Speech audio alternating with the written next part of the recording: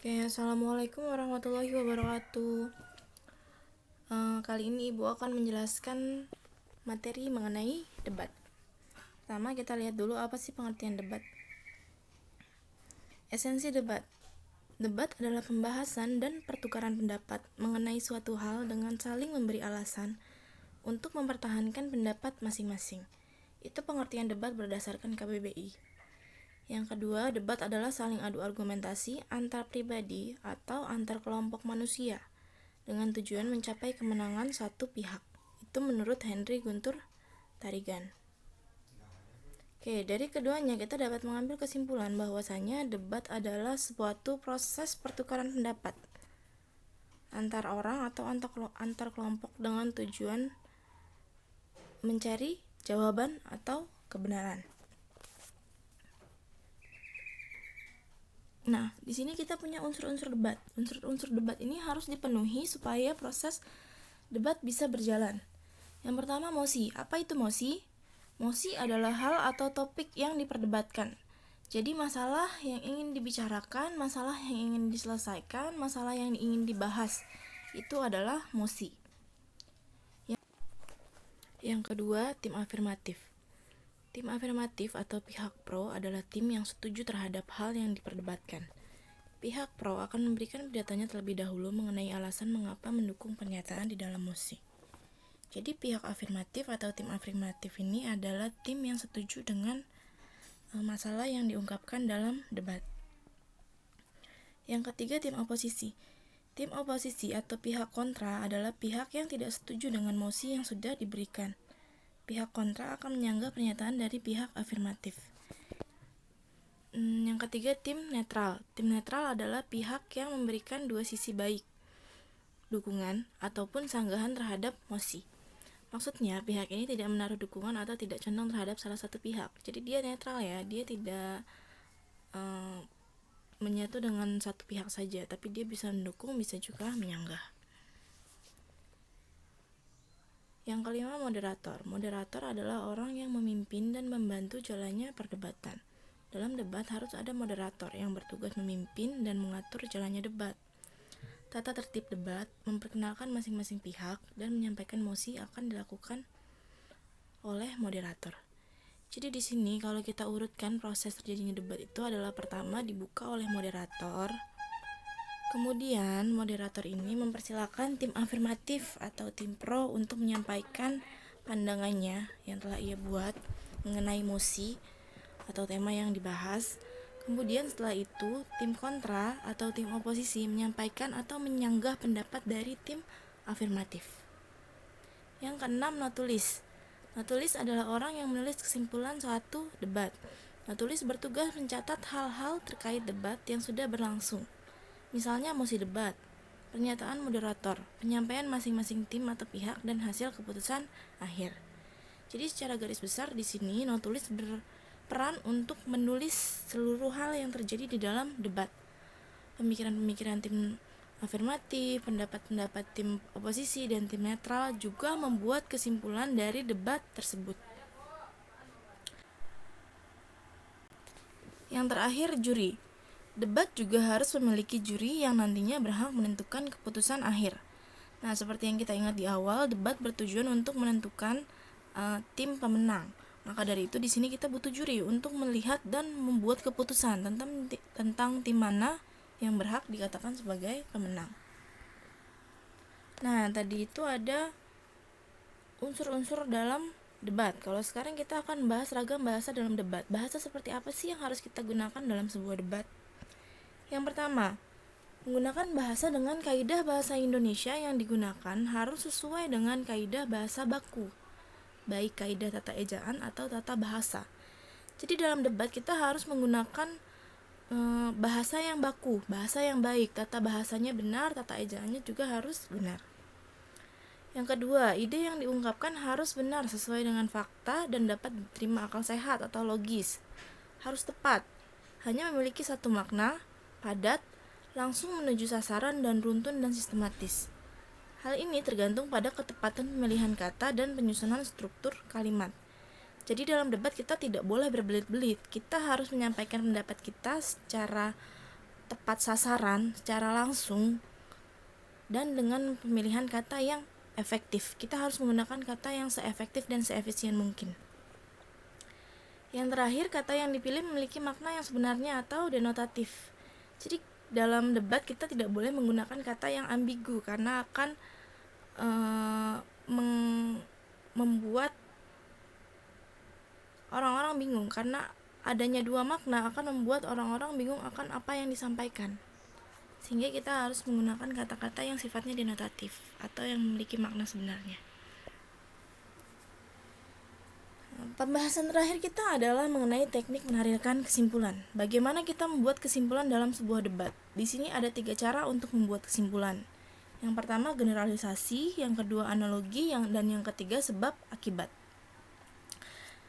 Cara generalisasi kita melakukannya dengan melihat fenomena-fenomena atau pernyataan-pernyataan yang bersifat khusus, kemudian menarik kesimpulan dari fenomena tersebut. Kita lihat dulu nih ada apa aja kejadian-kejadian khusus, kemudian kita tarik kesimpulan dari hal-hal khusus itu. Jadi kita melihat yang khusus dan kita menariknya sehingga menjadi sebuah pernyataan umum.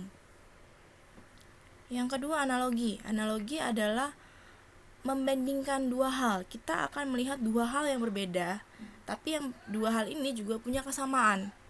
Nah, nanti keduanya kita bandingkan dan persamaannya itulah yang akan kita jadikan sebagai sebuah kesimpulan. Yang ketiga sebab akibat. Sebab akibat di sini kita membaginya menjadi sebab dan akibat. Biasanya pola penalaran ini, sebab bisa menjadi gagasan utamanya, sedangkan akibat menjadi gagasan penjelas. Namun dalam debat akan terjadi yang sebaliknya, sehingga sebab akan menjadi gagasan penjelas dan akibatnya akan menjadi gagasan utama, dan akibatnya ini yang nantinya akan kita jadikan sebagai sebuah kesimpulan. Oke, sekarang coba kita lihat contoh teksnya dulu.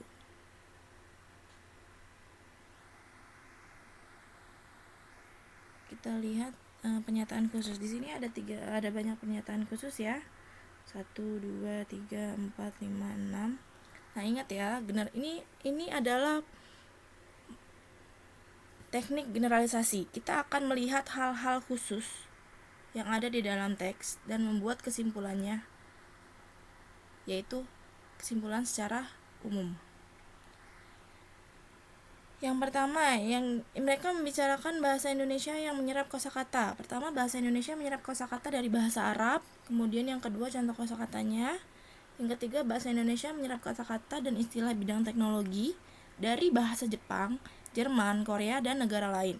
Yang keempat adalah contoh kosakatanya. Yang kelima, bahasa Indonesia menyerap kata dan istilah sekaligus budaya dari negara lain. Yang keenam, contoh dari kata-kata itu. Nah, dari sini, dari hal-hal khusus ini kita akan menarik kesimpulan bahwasanya bahasa Indonesia menyerap kosakata dan istilah dari bahasa asing untuk memperkaya perbendaharaan kosakata. Inilah kesimpulan yang kita ambil. Dari fenomena-fenomena yang sifatnya khusus, kita menjadikannya sebuah kesimpulan yang bersifat umum.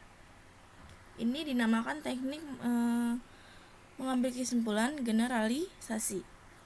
Yang kedua, kita akan lihat pola analogi atau perbandingan. Di sini ada dua hal yang kita bandingkan.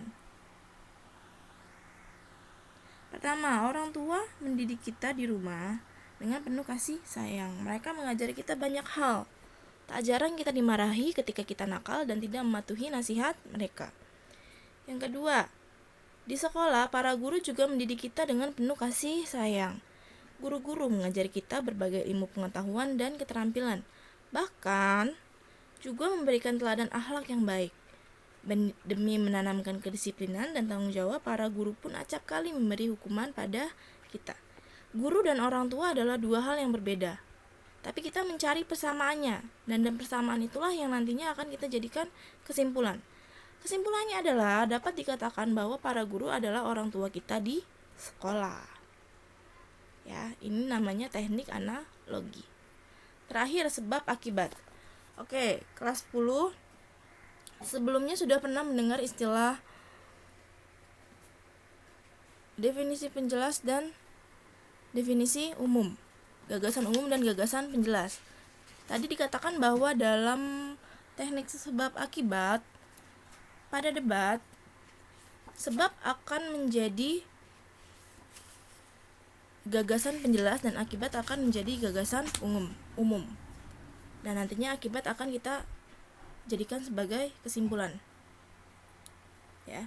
Bedanya gagasan umum dan gagasan utama apa? Gagasan utama dan gagasan penjelas itu apa? Gagasan penjelas itu sama dengan ide, gagasan umum itu sama dengan ide pokok. Dia adalah ide pokoknya. Sementara gagasan penjelas adalah gagasan yang menjelaskan mengenai gagasan umum. Oke, di sini ada sebab-sebabnya. Konsep drainase.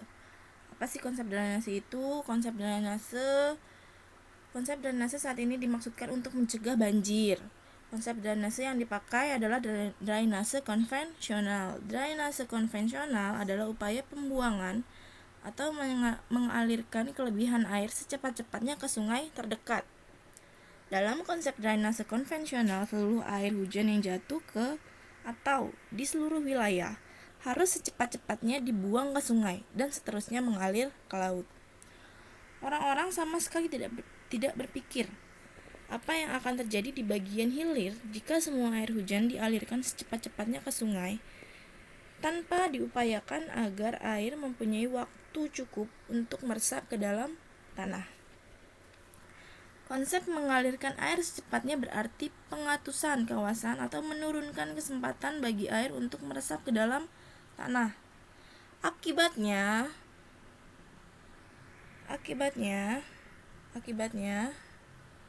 banyak terjadi kekeringan di mana-mana sebab air tidak diberi kesempatan meresap ke dalam tanah. Ini adalah contoh penarikan kesimpulan dengan cara sebab akibat. Kita urutkan dulu sebabnya, baru akibatnya kita jadikan sebagai kesimpulan. Oke, itu tadi penjelasan Ibu mengenai teknik penarikan kesimpulan. Sampai sini, apakah ada yang ingin ditanyakan? Kalau ada yang ingin ditanyakan,